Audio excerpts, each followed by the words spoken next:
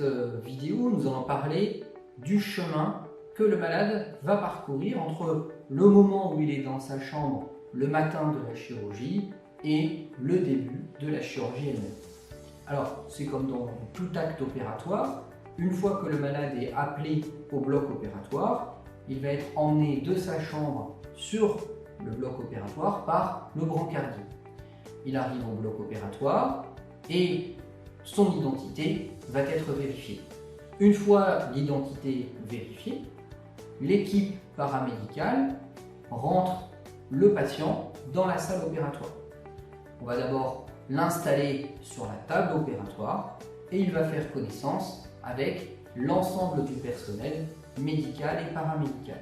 Le personnel paramédical et médical est assez nombreux. Il y a l'équipe d'anesthésistes avec le médecin anesthésiste et l'infirmier anesthésiste. C'est un vrai couple et ils fonctionnent ensemble pour vous endormir, sachant que pour vous endormir, ils vont vous perfuser et vous passer un produit dans le bras. Une fois que vous serez endormi, vous serez intubé pour permettre la chirurgie.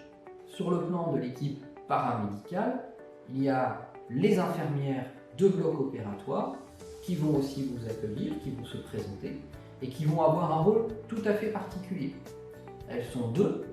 Une assistera l'équipe chirurgicale au cours de l'acte opératoire pour passer les instruments, pour organiser les étapes opératoires.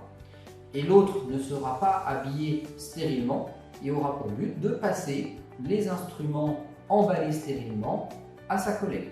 Les instruments sont relativement nombreux pour anticiper, permettre de traiter toutes les situations chirurgicales. Ce sont des micro-instruments, des instruments de très petite taille qui sont bien évidemment stériles. Au moindre doute, ces instruments ne sont plus utilisés et ils sont remplacés.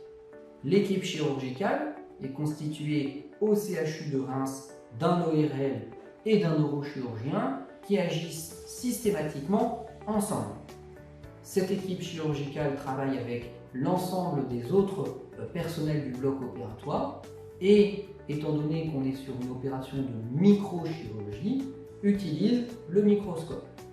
Il y a différents temps opératoires que nous allons voir dans une autre capsule vidéo et qui vous permettra de comprendre l'acte chirurgical en tant que tel. Une fois le malade opéré, le malade est réveillé et il part en salle de réveil. C'est une salle où il y a des anesthésistes et des infirmières spécialement formées qui sont là pour vous accompagner. Ils vous accompagnent pendant le réveil, c'est-à-dire au cours de l'élimination des produits d'anesthésie, et ça permet de vérifier qu'il n'y ait pas de problème clinique qui nécessiterait une action d'urgence, ce qu'il n'y a pas dans la majorité des cas. Vous restez à peu près 2 heures dans cette salle dite de réveil, et si tout va bien, vous repartez dans le service de soins continus, où vous aurez une surveillance très précise pendant environ 24 heures, à l'issue desquelles vous remonterez dans la chambre opératoire.